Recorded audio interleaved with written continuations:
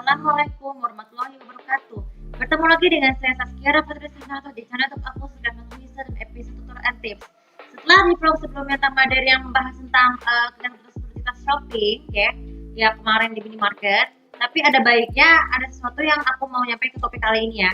Jadi kalau kita biasanya berbelanja itu kan kita biasanya suka salah membeli barang ya. Mungkin karena langsung tempat makanan minuman tidak mengetahui bahan-bahan itu berbahaya atau tidak, karena itu bahaya kesehatan. Terus ada juga obat yang tidak sesuai dengan tidak manjur, terkadang seperti itu yang bisa terdapat di apotek, atau ada juga kualitas barang-barang yang tidak terjamin, atau karena tidak tertarik dengan karakteristiknya dan lain sebagainya.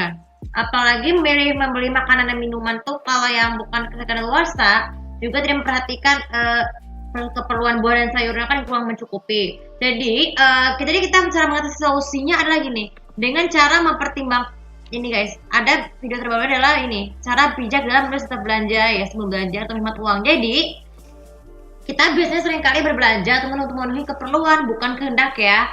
Jadi keperluan itu bisa beli sepatu, misalnya beli perhiasan, itu harus dilakukan sesuai keperluan kita ya. Nah tapi bagaimana cara bijak menulisnya?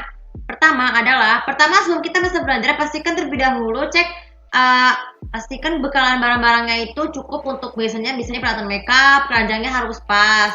Terus juga lemari dapurnya tuh isi dengan makanannya belum harus tersedia. Apalagi di kulkas juga sangat penting sekali menunjukkan makanan.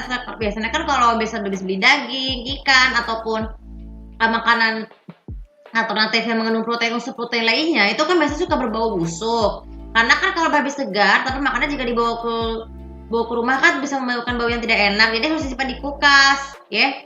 Terus apalagi ketika minuman, sediakan juga termos khusus untuk mengisi air yang bisa tepat agar tidak terjadi pemborosan pada air.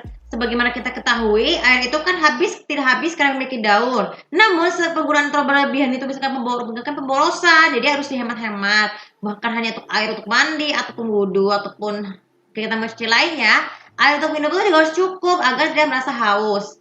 Termasuk juga yang paling penting adalah persediaan barang-barang apa yang kurang, misalnya beli laptop untuk aturan kerja ataupun vlog ataupun buku-buku apa yang disediakan. Biasanya tuh kalau supermarket tuh kadang suka ada buku kecil ya, tapi yang banyak buku-buku. Kemudian yang kedua adalah sediakan nota kecil, jangan nota kecil khusus untuk menulis daftar belanja ya. Jangan gunakan buku nota, karena kalau buku nota biasanya jadi bingung dan jadi panggilan. Jadi daftar belanja itu juga akan berguna bagi kita untuk memilih barang-barang dengan harga terkecil. Kemudian yang ketiga, pastikan tulislah nama barang tersebut menurut kategori, misalnya kategori makanan, minuman, furnitur, obat-obatan, dan lain sebagainya, supaya nanti bisa diperlukan kalau di masa datang. Karena kan tidak harus selalu satu hari itu harus semuanya terbeli ya, harus diperlukan secukupnya. Seperti saya tadi itu kan kalau menulis barang-barang, misalnya pasti beli barang terlebih dahulu. Mungkin kalau misalnya kurang cukup atau uangnya masih hemat uang, bisa tukar kali. Kemudian yang keempat, selama berbelanja, sebelum berangkat ke pusat perbelanjaan seperti mall, supermarket, hypermarket, minimarket, dan pasar, pastikan terlebih dahulu jangan lupa juga persediaan alat-alatnya seperti ini. Seperti buku daftar belanjaannya harus dimasukin ke dalam keranjang.